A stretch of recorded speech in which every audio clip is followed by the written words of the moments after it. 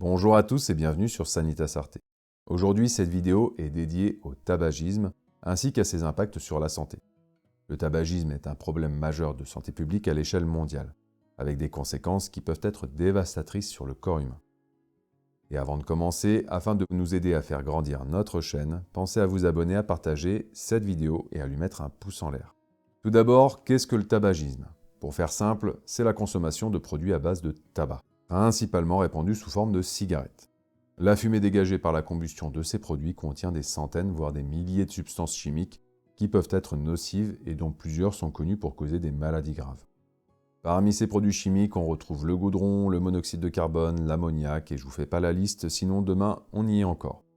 Ces substances pénètrent dans les poumons et sont absorbées dans le sang, où elles peuvent se propager à travers tout le corps, allant jusqu'à causer des dommages irréparables.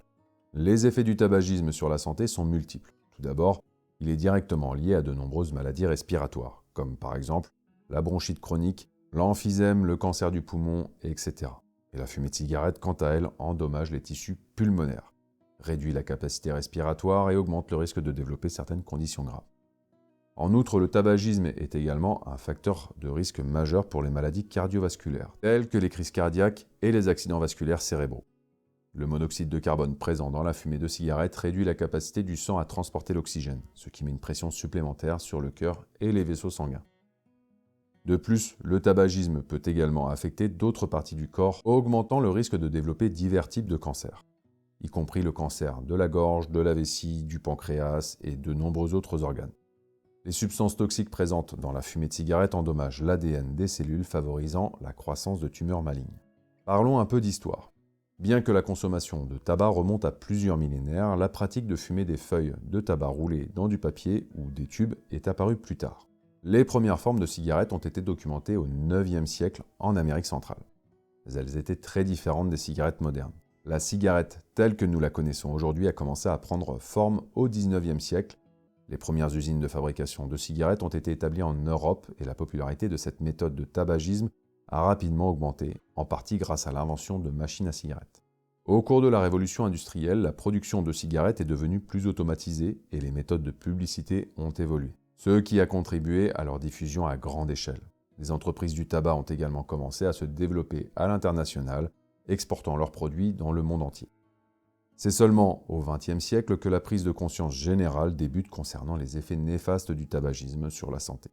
Bref, il est important de noter que les entreprises modernes qui fabriquent des cigarettes utilisent un certain nombre d'additifs, d'agents de traitement et de substances chimiques, pour diverses raisons, y compris pour influencer la saveur, la combustion et la conservation des produits du tabac.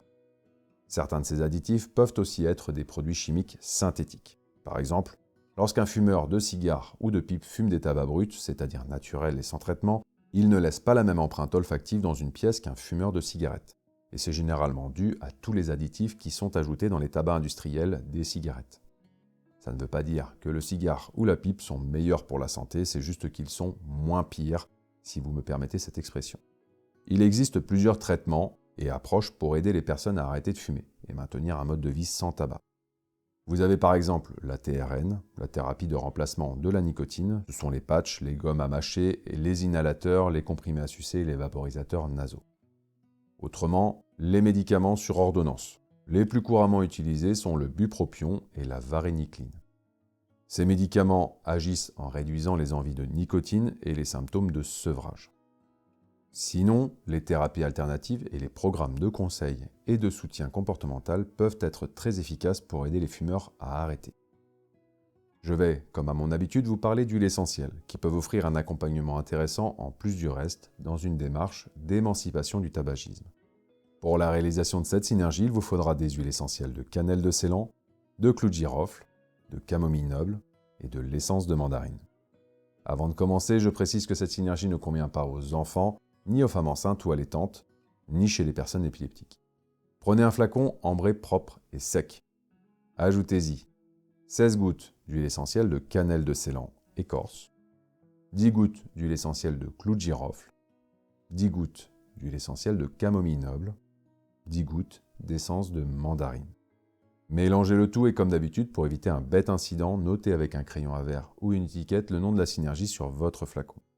Et si un jour vous souhaitez vous former à l'utilisation des huiles essentielles, je vous donne rendez-vous sur sanitas-arte.com. Pour l'utilisation de cette synergie, dès que l'envie de fumer se fait sentir, respirez profondément et calmement dans votre flacon quelques minutes au besoin. C'est un rituel qui peut aussi remplacer une pause cigarette. Recyclez votre mélange d'huile essentielle après 1 ou 2 mois, voire plus. Dès lors qu'olfactivement, il ne se passe plus rien quand vous respirez dans votre flacon. Ne perdez pas de vue que le tabagisme est une habitude dangereuse qui entraîne de graves conséquences sur la santé. Cesser de fumer est l'une des meilleures décisions qu'une personne puisse prendre pour améliorer sa santé, celle de son entourage et réduire les risques de maladies graves. Très bien, cette vidéo touche à sa fin. Si elle vous a apporté quelque chose, abonnez-vous, mettez un pouce en l'air et surtout partagez-la avec votre entourage. Dans tous les cas, vous pouvez m'écrire vos questions, vos suggestions ou autres dans la section commentaires. Comme d'habitude, je réponds à tout le monde. Je vous dis à très bientôt sur Sanitas Arte pour de nouvelles vidéos. Et en attendant, prenez soin de vous.